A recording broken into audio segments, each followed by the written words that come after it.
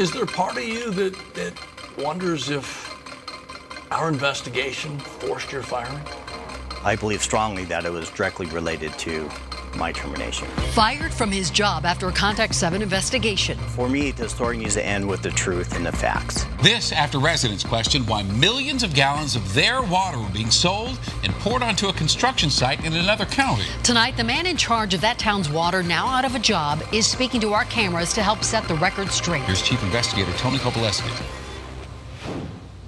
I did not see this coming. For 23 years, I don't really know why. So it's hurtful. Jeff Coufal worked inside this building, inside one of Colorado's most opulent and picturesque communities. His title was district manager. He managed water for the residents of Castle Pines. Help people understand why you're doing this interview. It's important for me to protect my good name and reputation. The beginning of the end for Coufal was with these tankers and this drive from Castle Pines to an Elbert County construction site. The district manager coordinated the sale of more than 7 million gallons of water. Do you feel like you were a scapegoat here? I believe so. It's been disappointing. You pay him as your district manager. Correct. Would you call this a mistake? Absolutely, it's a mistake. Should somebody at that level make a mistake like this? You would sure hope not.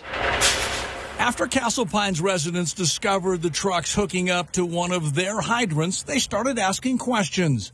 Eventually, board president Dick Munday stepped in and stopped the flow of water. He blamed the so-called mistake on his district manager. Does he realize he made a mistake? Yes, he does. Was the sale of this water brought to the board for approval? No. But here's where this water sales story takes an interesting and somewhat confusing twist. Board minutes from back in September show Coufal informed the board he planned to sell water to Elbert County, with water trucks filling up from a hydrant in Castle Pines. In fact, they include, Director Munday asked how long it will take, and Mr. Coufal said it will be several months. Here's how the board's chairman reacted when we showed him the board's minutes. Is that right? Did you just say damn? Yeah. So maybe you guys did approve it? I have no recollection of this at all. At that point, Munday said he needed time to review the minutes and dig deeper into what happened. A few days later, he returned, this time defending the decisions made by the board's water manager. Jeff had the authority to do what he did. In the grand scheme of things, he did nothing wrong. You heard correctly, the chairman who once called the water sale a mistake. It's a mistake. Now saying the manager who made that mistake did nothing wrong. Now the confusing twist. I think that we've debriefed him to the point where he has said, boy, I sure wish I'd have never done this. I certainly will never do it again. For us, that's good enough. And we'd rather not put him under the microscope here. But apparently it wasn't good enough. And a couple weeks after making that statement, Munday and the board fired Jeff Coufal. Was your firing justified?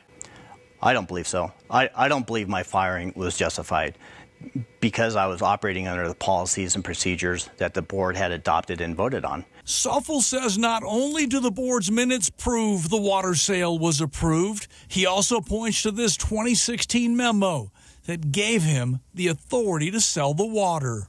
Does Dick Munday owe you an apology? I wouldn't expect an apology from Dick Munday, but if he agrees to speak to the facts, I feel like it would clear my name. So we asked board president Dick Munday for an on-camera interview to explain the decision to fire Coufal and that trail of mixed messages. Through a recently hired PR exec, he declined and issued a statement instead that included, the district has decided there is no benefit to the district in participating in a retelling of the Channel 7 story. The district has apologized to its residents for its mistakes and is committed to moving on. Now, the board meets again in the morning, a meeting that promises to be interesting. Ann, Shannon?